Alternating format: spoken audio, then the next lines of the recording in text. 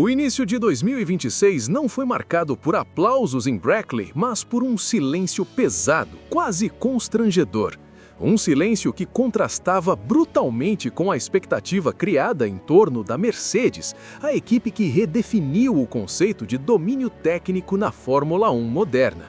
Para muitos, era natural assumir que, diante de um novo regulamento híbrido, a Mercedes novamente surgiria como referência absoluta. Afinal, foi exatamente isso que aconteceu em 2014, quando o esporte entrou na era híbrida pela primeira vez.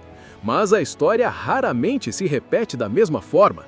O novo regulamento não trouxe apenas ajustes incrementais, ele rompeu com a lógica anterior. Ao eliminar o MGU-H e exigir que quase metade da potência total viesse do sistema elétrico, a Fórmula 1 de 2026 empurrou os fabricantes para uma zona cinzenta entre inovação extrema e instabilidade operacional. E foi exatamente ali que a Mercedes se encontrou, na fronteira delicada onde a engenharia de vanguarda começa a desafiar a própria viabilidade prática. A filosofia adotada pelos engenheiros alemães foi ambiciosa ao extremo. Em vez de tratar o motor de combustão e o sistema elétrico como entidades complementares, a Mercedes optou por uma integração quase simbiótica. Tudo deveria funcionar como um único organismo. Cada sensor, cada linha de código, cada milivolt de corrente precisava estar perfeitamente sincronizado. No papel era um conceito elegante. Na realidade, revelou-se um campo minado. Os primeiros testes estáticos deixaram claro que algo estava fora do eixo. O que deveria ser um procedimento rotineiro, ligar o motor, transformou-se em um ritual tenso, cheio de protocolos, verificações e abortos automáticos. O sistema simplesmente se recusava a permitir a ignição diante da menor inconsistência.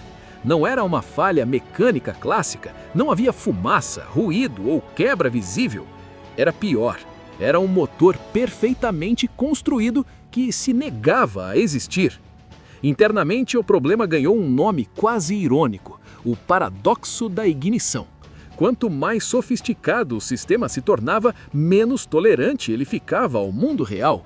A lógica de segurança da Mercedes foi projetada para preservar componentes caríssimos e extremamente delicados. O resultado foi um carro que se protegia tanto que deixava de funcionar.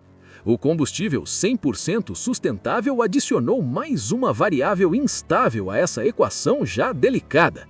Com características de combustão diferentes da gasolina fóssil tradicional, ele exigia estratégias térmicas completamente novas. A Mercedes tentou extrair eficiência máxima desde o primeiro giro, adotando misturas pobres e tolerâncias internas mínimas. Isso transformou a partida a frio em um exercício de precisão quase impossível. Qualquer desvio mínimo de temperatura, pressão ou viscosidade do óleo era interpretado pelo software como um risco inaceitável. O sistema elétrico, agora responsável por fornecer um torque inicial muito maior, precisava empurrar um conjunto mecânico extremamente justo, praticamente travado à temperatura ambiente. O risco não era teórico. Um erro de sincronização poderia causar danos irreversíveis ao virabrequim antes mesmo da primeira combustão ocorrer. Diante disso, o software escolhia sempre o caminho mais conservador: não ligar. O episódio mais simbólico desse drama aconteceu longe das câmeras oficiais, mas perto o suficiente para virar boato imediato no paddock. Em uma apresentação fechada para parceiros estratégicos, tudo estava pronto para o momento inaugural. O carro estava posicionado, os sistemas armados, as expectativas altas. E então, nada. Nenhum som, nenhum sinal de vida. Apenas a confirmação silenciosa de que algo fundamental ainda não funcionava. O motivo foi quase cruel em sua banalidade. Um sensor interpretou um resíduo de umidade como risco crítico. Em um carro de 2026, isso foi suficiente para bloquear todo o sistema. A decisão foi instantânea, automática e irrecorrível. O carro foi coberto e empurrado de volta para a garagem sob olhares que misturavam surpresa, desconforto e dúvida. Esse episódio ecoou além das paredes da Mercedes. As equipes clientes sentiram o impacto imediatamente. Se o motor principal enfrentava dificuldades básicas de operabilidade, o que isso significava para projetos que dependiam dele? Cronogramas começaram a escorregar, ajustes de chassi foram adiados. A confiança, mesmo que temporariamente, foi abalada. Rivais não perderam a oportunidade. Nos bastidores surgiram comentários ácidos sobre complexidade excessiva, sobre engenharia que se afastou demais da realidade da pista. A narrativa era simples e perigosa. A Mercedes teria perseguido a perfeição técnica ao ponto de comprometer a funcionalidade essencial. Dentro da equipe, o clima não era de pânico, mas de choque. Não pela gravidade do problema, mas pelo que simbolizava. Pela primeira vez em anos, a Mercedes estava sendo forçada a admitir que o regulamento de 2026 não podia ser dominado apenas com inteligência bruta e automação total. Havia um limite invisível sendo cruzado. O motor não falhava por falta de performance, ele falhava por excesso de zelo. E essa constatação marcou o início de uma mudança silenciosa na abordagem da equipe. Um reconhecimento doloroso de que na nova Fórmula 1, genialidade sem resiliência pode ser tão inútil quanto potência sem controle. Quando o som finalmente viesse, ele carregaria mais do que performance, carregaria a lição de que até os gigantes precisam reaprender a andar antes de voltar a correr. A virada começou longe dos holofotes, nas salas frias de servidores e nos escritórios improvisados onde engenheiros de software passaram a viver em ciclos de 24 horas. O problema já não era mais fazer o motor ligar, mas sim redefinir a própria relação da Mercedes com o controle eletrônico. Pela primeira vez desde o início da era híbrida, a equipe foi obrigada a aceitar uma verdade incômoda. A automação total havia se tornado um risco competitivo. O carro de 2026 não podia mais ser tratado como um sistema que se autogerencia completamente. Ele precisava, paradoxalmente, de mais intervenção humana para sobreviver. Os engenheiros perceberam que haviam criado um cérebro brilhante demais para um corpo que ainda precisava lidar com poeira, umidade, variações atmosféricas e imperfeições inevitáveis do mundo real. A lógica de segurança, projetada para evitar qualquer cenário catastrófico, passou a ser reescrita com um novo princípio central: resiliência acima da pureza técnica. Isso significava aceitar margens maiores, permitir pequenas imperfeições, tolerar desvios que antes seriam automaticamente classificados como riscos inaceitáveis. Para uma equipe obcecada por precisão absoluta, essa foi uma concessão quase filosófica. O trabalho mais delicado aconteceu na calibração do chamado momento zero, o ponto exato em que o torque elétrico do MGU-K deixa de ser uma força bruta e passa a dialogar com a compressão mecânica do motor a combustão. Encontrar esse equilíbrio era como tentar acertar um alvo em movimento, porque o combustível sintético reagia de forma diferente conforme a umidade do ar, a pressão atmosférica e até a temperatura residual dos componentes após testes anteriores. Cada tentativa gerava novos dados, e cada novo dado exigia ajustes finos que se acumulavam em camadas de complexidade quase sufocantes. Com o avanço dos testes, um novo inimigo emergiu: a interferência eletromagnética. A obsessão por reduzir peso havia levado a Mercedes a uma arquitetura de fiação extremamente compacta, quase minimalista. Com o MGU-K operando em níveis de potência inéditos, esses cabos passaram a atuar como antenas involuntárias, distorcendo sinais críticos dos sensores de rotação e posição do virabrequim. Para o computador, o motor parecia estar girando de forma errática, até mesmo no sentido oposto. A resposta lógica era sempre a mesma: abortar tudo. Foi nesse momento que a equipe se viu forçada a dar um passo atrás para poder avançar. Blindagens adicionais foram incorporadas, mesmo com o custo de alguns gramas extras. Algoritmos foram simplificados, priorizando consistência em vez de elegância matemática. O sistema deixou de buscar a perfeição absoluta e passou a buscar algo mais valioso em corridas: previsibilidade. Não era mais sobre extrair cada centésimo de eficiência, mas garantir que o carro pudesse ser ligado, desligado e religado em condições reais de pista, sob pressão, após uma rodada ou uma bandeira vermelha inesperada. Para os pilotos, a experiência foi mentalmente exaustiva. Horas sentados no cockpit, aguardando sinais que muitas vezes não vinham, criaram uma tensão silenciosa. Lewis Hamilton, acostumado a carros que respondiam instantaneamente, foi confrontado com uma máquina que exigia paciência e confiança cega em processos invisíveis. George Russell, mais jovem, absorvia tudo como parte de um aprendizado duro, mas necessário. Ambos sabiam que aquele desconforto fazia parte de algo maior: a construção de um carro que, se dominado, poderia ser devastadoramente rápido. Quando a Mercedes finalmente conseguiu uma sequência consistente de partidas bem-sucedidas, o alívio foi imediato, mas não eufórico. Não houve celebração, houve reflexão. O som que saiu da... O impacto desse episódio reverberou muito além dos muros de Brackley. Nas semanas seguintes, o paddock passou a tratar a Mercedes não mais como a referência absoluta de invencibilidade técnica, mas como o primeiro grande laboratório público das dores reais do regulamento de 2026. Engenheiros de equipes rivais observavam em silêncio, não com escárnio, mas com atenção quase clínica. Se a Mercedes sangrava, era porque o corte vinha de um lugar profundo o suficiente para atingir todos. A grande mudança de mentalidade que se seguiu foi quase invisível para o público, mas determinante internamente. A Mercedes começou a redesenhar seus processos partindo de uma pergunta simples e brutal: isso funciona fora do ambiente ideal? Pela primeira vez em anos, o foco deixou de ser exclusivamente a simulação perfeita e passou a incluir cenários imperfeitos, caóticos, realistas. Partidas com bateria parcialmente descarregada, sensores levemente contaminados, temperaturas fora da janela ótima, tudo aquilo que uma corrida real inevitavelmente impõe, passou a ser tratado como condição padrão, não exceção. Esse movimento gerou atrito interno. Parte da velha guarda técnica via isso como uma diluição dos princípios que haviam levado a equipe ao domínio absoluto da era híbrida anterior. Mas a nova geração de engenheiros, especialmente os ligados a software e integração elétrica, entendia que 2026 exigia uma abordagem menos dogmática. O carro não podia mais ser um organismo frágil que só sobrevive em laboratório. Ele precisava ser resiliente, quase rude, capaz de tolerar erros humanos e ambientais sem entrar em colapso.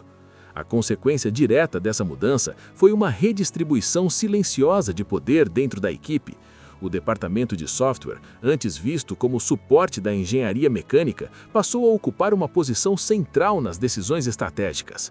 O mapeamento do motor deixou de ser apenas uma ferramenta de performance e se tornou um sistema de sobrevivência. Cada linha de código carregava agora não apenas ganhos de eficiência, mas o risco real de um carro simplesmente morrer na pista. Com o avanço dos testes, um novo tipo de confiança começou a surgir, não baseada em números absolutos de potência, mas em repetibilidade. O motor já não era o mais limpo, nem o mais elegante do ponto de vista teórico, mas começava a ser confiável. E na Fórmula 1 de 2026, confiabilidade ganhou um peso estratégico que não se via há décadas. Um carro que completa todas as voltas, mesmo sem extrair o máximo absoluto, pode derrotar máquinas mais rápidas que vivem à beira do colapso energético. Esse cenário alterou também a percepção dos pilotos sobre o papel deles no desenvolvimento. Hamilton deixou de ser apenas um avaliador de performance e passou a atuar como um sensor humano, descrevendo nuances de comportamento elétrico que não apareciam nos gráficos. Pequenas hesitações na entrega de torque, microatrasos na resposta do acelerador, sensações quase subjetivas tornaram-se dados valiosos. Em 2026, sentir o carro voltou a ser tão importante quanto entender a telemetria. A Mercedes, ao quase falhar em seu momento mais simbólico, acabou expondo a verdade crua do novo regulamento. Ninguém está reinventando a Fórmula 1 sem pagar um preço alto. A eletrificação maciça, a remoção do MGUH, os combustíveis sustentáveis e a integração extrema entre sistemas criaram um ecossistema onde o erro não é exceção, é parte do processo. Quem aprender mais rápido com esses erros terá vantagem. Quando o motor finalmente passou a ligar com consistência, não houve anúncios triunfalistas, nem declarações grandiosas. Houve silêncio e foco, porque todos dentro da equipe sabiam que aquele era apenas o primeiro obstáculo superado. O verdadeiro teste viria quando o carro estivesse no grid, cercado por rivais que aprenderam com o tropeço da Mercedes sem precisar cometê-lo. O que ficou claro é que 2026 não será vencido apenas por quem tiver o motor mais potente ou o software mais avançado. Será vencido por quem conseguir equilibrar ambição técnica com pragmatismo brutal. A Mercedes quase descobriu isso da maneira mais dolorosa possível e, ao sobreviver a esse momento, redefiniu não apenas seu projeto, mas a forma como toda a Fórmula 1 passou a enxergar o futuro imediato da categoria. Esse novo entendimento espalhou-se como uma onda silenciosa pelo paddock. O caso da Mercedes passou a ser citado em reuniões técnicas fechadas como um aviso não oficial, quase um mito moderno em formação. O motor que era perfeito demais para o mundo real. E, curiosamente, isso acabou nivelando emocionalmente o grid. Se até a equipe mais preparada da última década tropeçava, então ninguém estava realmente seguro. A temporada de 2026 deixava de ser uma corrida por genialidade pura e passava a ser uma prova de adaptação contínua. A partir desse ponto, o desenvolvimento deixou de seguir uma linha reta. As equipes começaram a trabalhar em ciclos curtos, quase experimentais, tratando cada avanço como algo provisório. Não existia mais a ilusão de um conceito fechado antes da primeira corrida. O carro de estreia seria apenas a versão 0.9 de algo que continuaria evoluindo de forma agressiva ao longo do ano. Essa mentalidade alterou completamente a gestão de expectativas internas, principalmente para pilotos acostumados a exigir respostas imediatas. Para a Mercedes, isso significou aceitar que 2026 poderia não começar com domínio, mas com sobrevivência estratégica.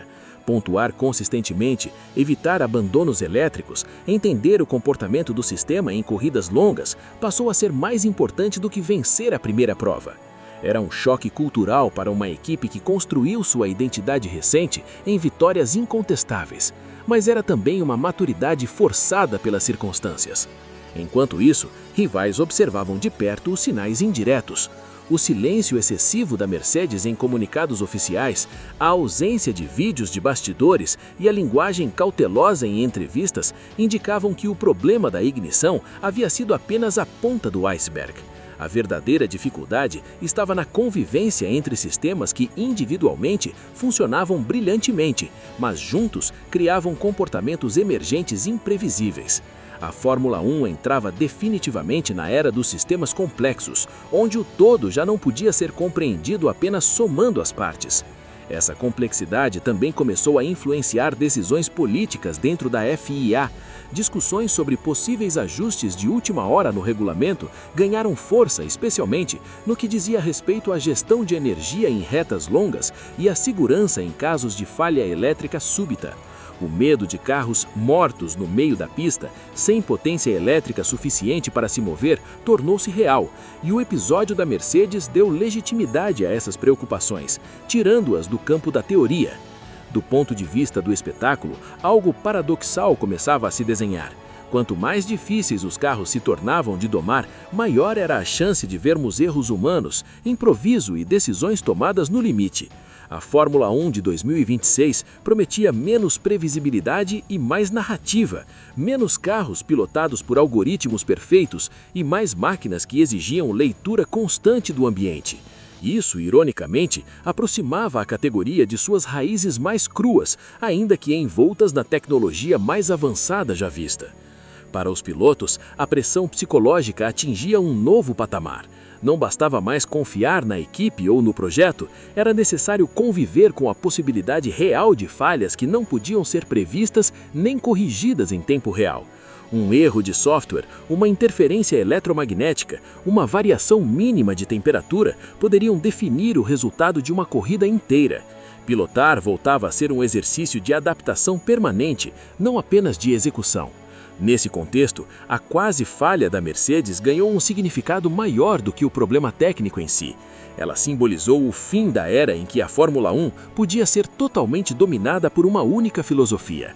Em 2026, não haverá espaço para certezas absolutas. Haverá equipes errando, aprendendo, corrigindo e, sobretudo, sobrevivendo.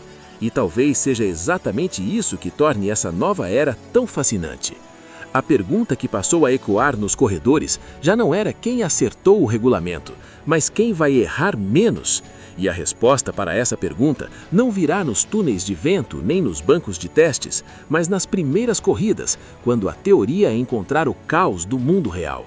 A Mercedes aprendeu isso cedo, de forma quase traumática. As outras equipes ainda estão prestes a descobrir.